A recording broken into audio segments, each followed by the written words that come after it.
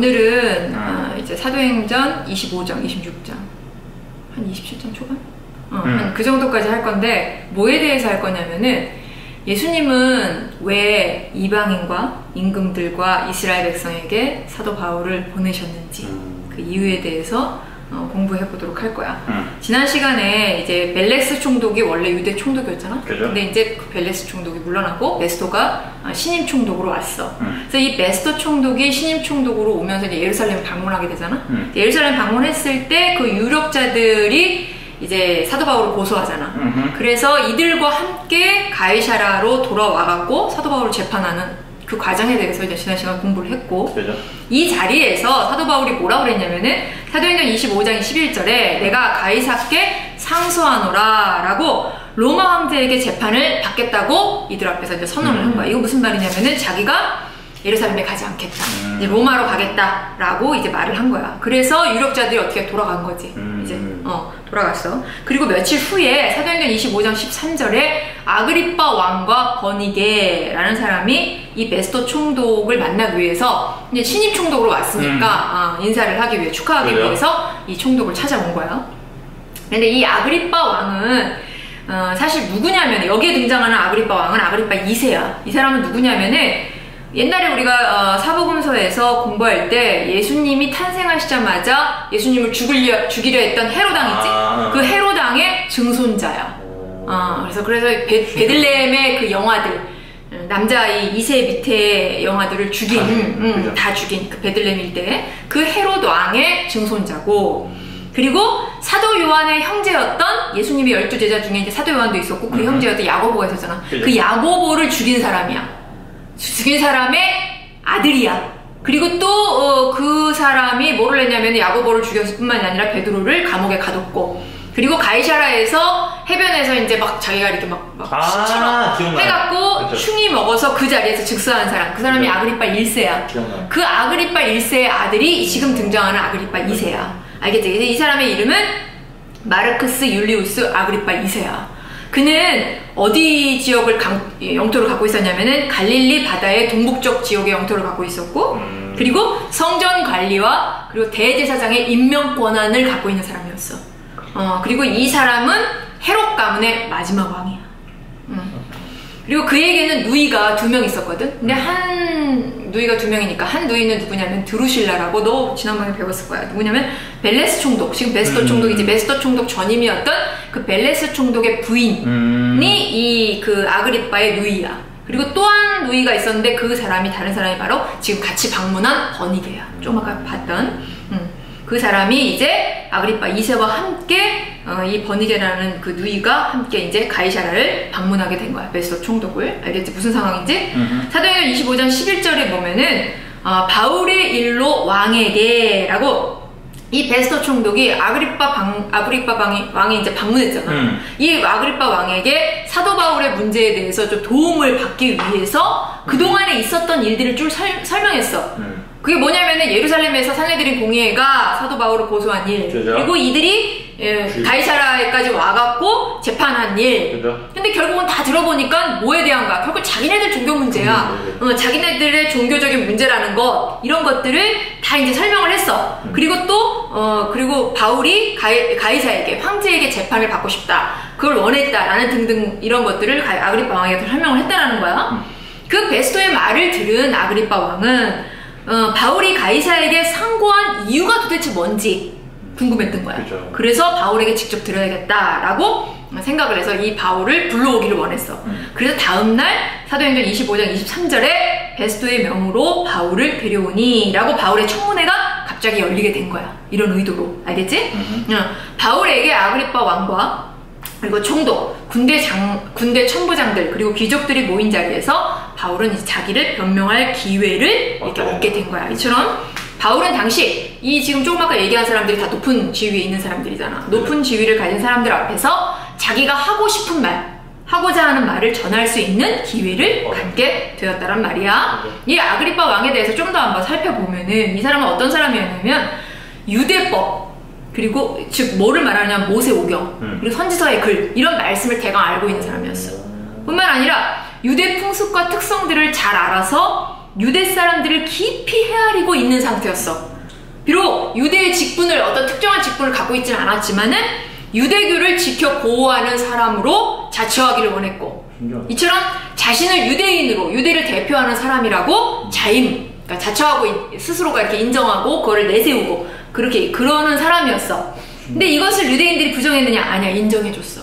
그 이유가 뭐냐면 이 사람은 로마를 향해서도 늘 유대인 편에 서서 대변을 하는 사람이었다는 거야. 뭔가 그동안의 헤롯 가문의 왕들하고는 뭔가 성격이 다르다는 느낌이 들지.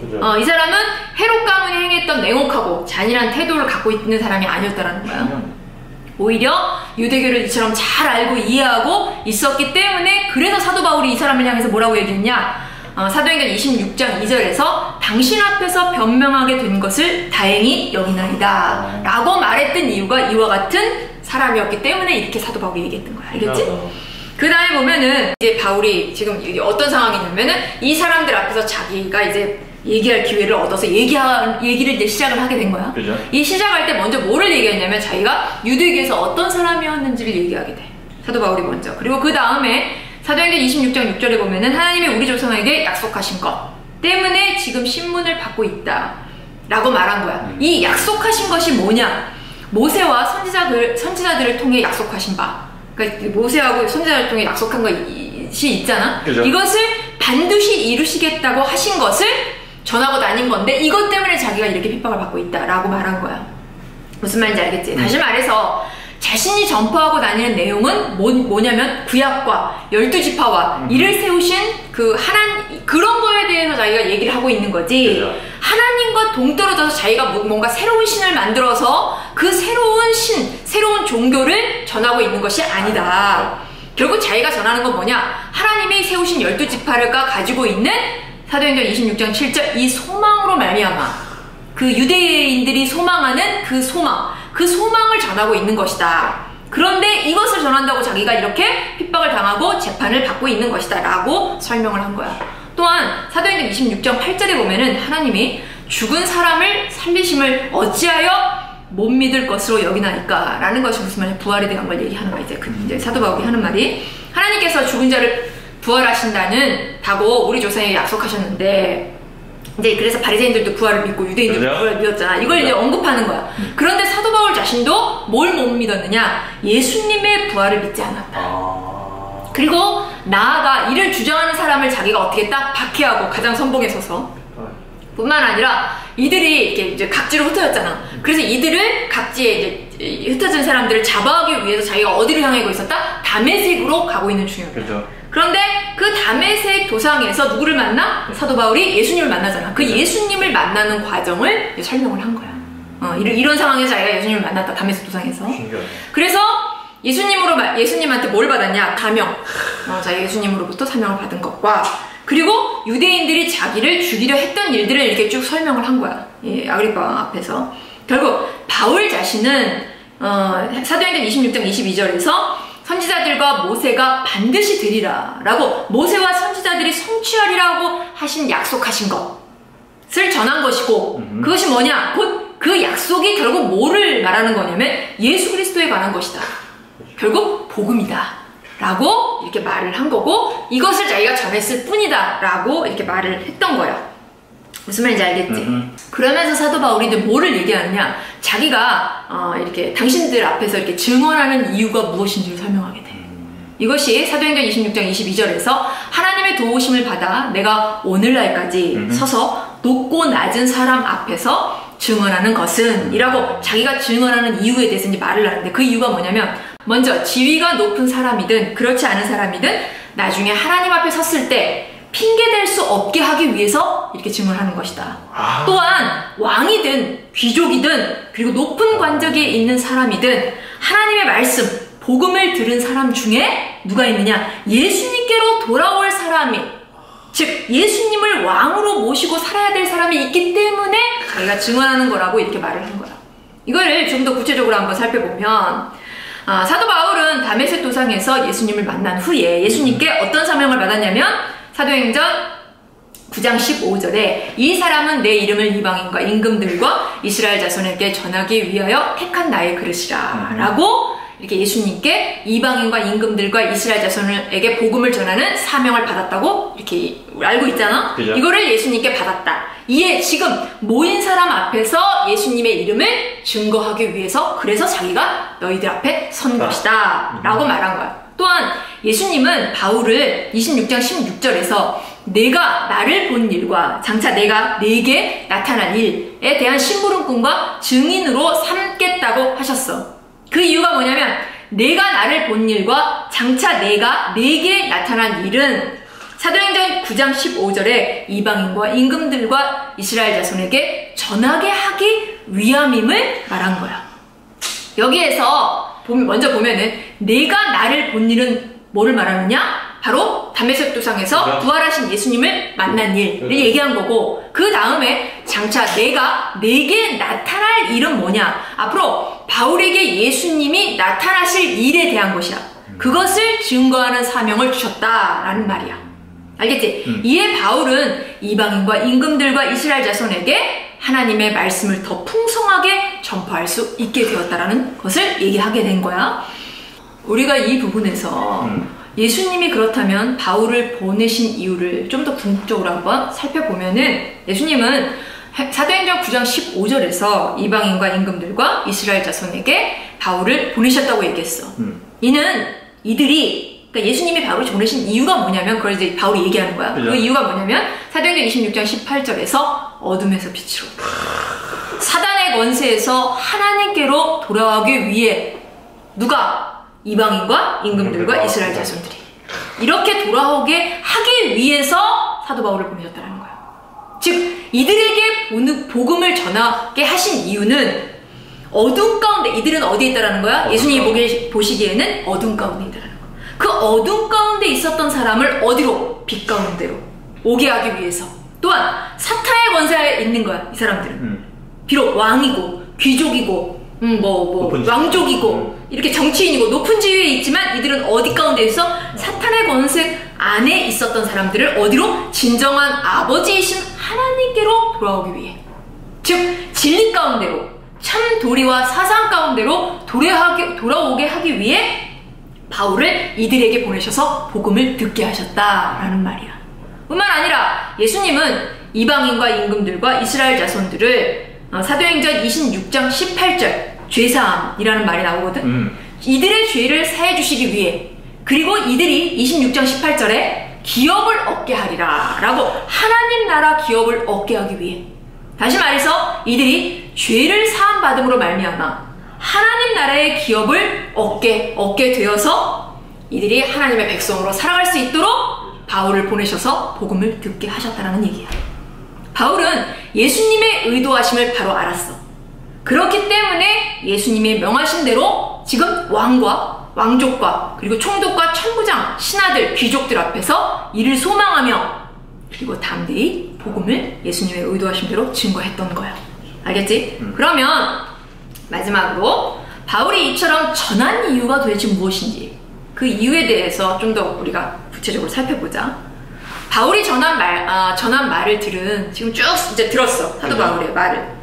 이 말을 듣고 나서 베스토가 어떤 반응을 보였냐면은, 베스토 총독이 먼저 사도행전 26장 24절에서 바울아 내가 미쳤도다, 내 많은 학문이 너를 미치게 한다 라고 미친 소리로 들었어.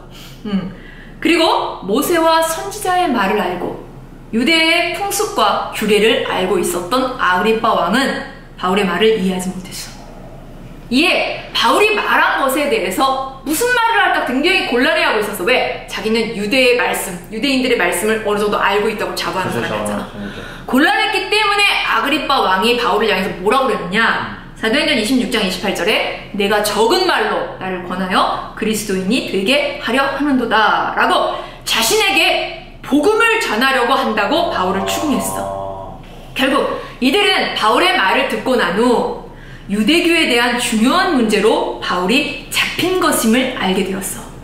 즉 바울이 죄가 없다라는 것을 깨닫게 된 거야. 그러나 바울이 누구에게 상고했어? 가이사 황제에게 상고했기 때문에 로마로 보내기로 이들이 결정을 한 거야. 사실은 자기가 이제 사도 바울이 황제에게 고소를 안 했으면 아마 풀어줬을 수도 있어. 그죠. 죄가 없다라는 걸 알았기 때문에.